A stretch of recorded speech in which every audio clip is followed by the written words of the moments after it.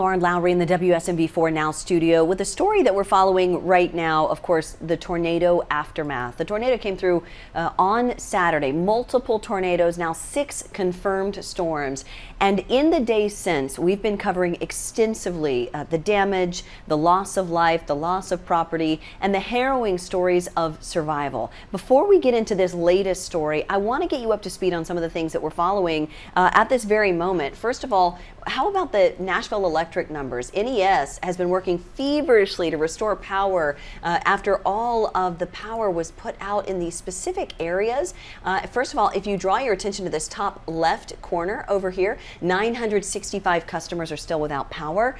The height was 48,000. So to be down to 965, they are working feverishly. And of course, as you look at that straight line, that is where one of the tornadoes came through. This is the one that we're calling the Madison and Hendersonville tornado, because 6 people total lost their lives, but 3 people lost their lives right here in this area of Madison. That's one of the big stories. Another one that's on right now, WSMV.com and our free WSMV4 News app.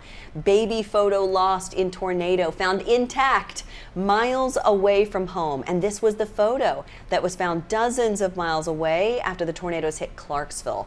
So that you can read about right now on WSMV.com and our free WSMV4 app.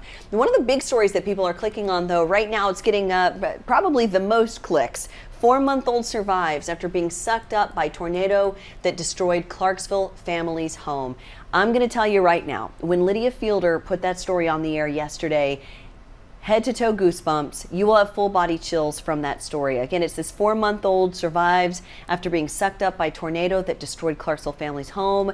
And the story in particular is about how the child was sucked up out of the trailer, spun around multiple times, and they know this happened because the father was in the vortex too. So the father was then dropped. The baby was dropped as well. 10 minutes this family spends looking for that baby, and they find the baby perfectly safe with just one cut on its forehead, resting by a log, as if the baby was placed there. So this is the photo you're looking for. 4-month-old survives after being sucked up by tornado that destroyed Clarksville family's home. WSMV4, WSMV4.com, and our free app.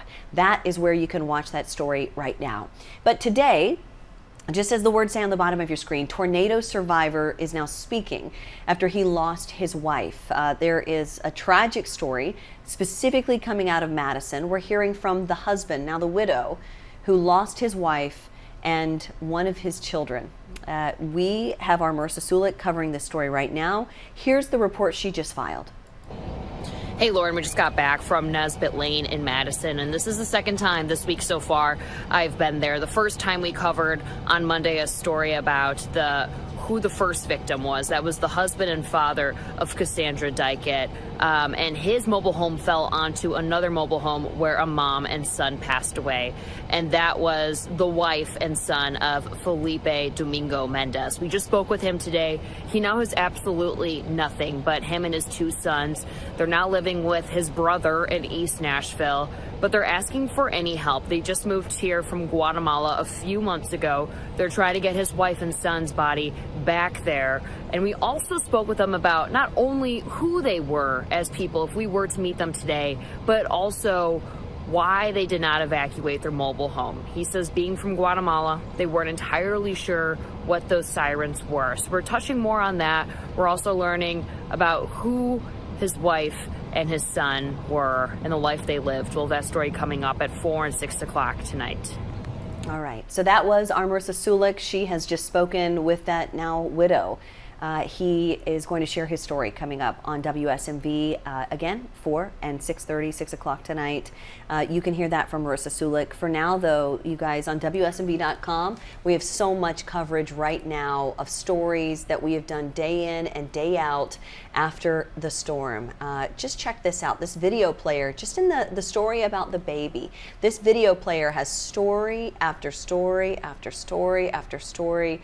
People we've spoken with, gosh, just who survived the storm. There's Governor Lee speaking after he was able to survey some of the damage.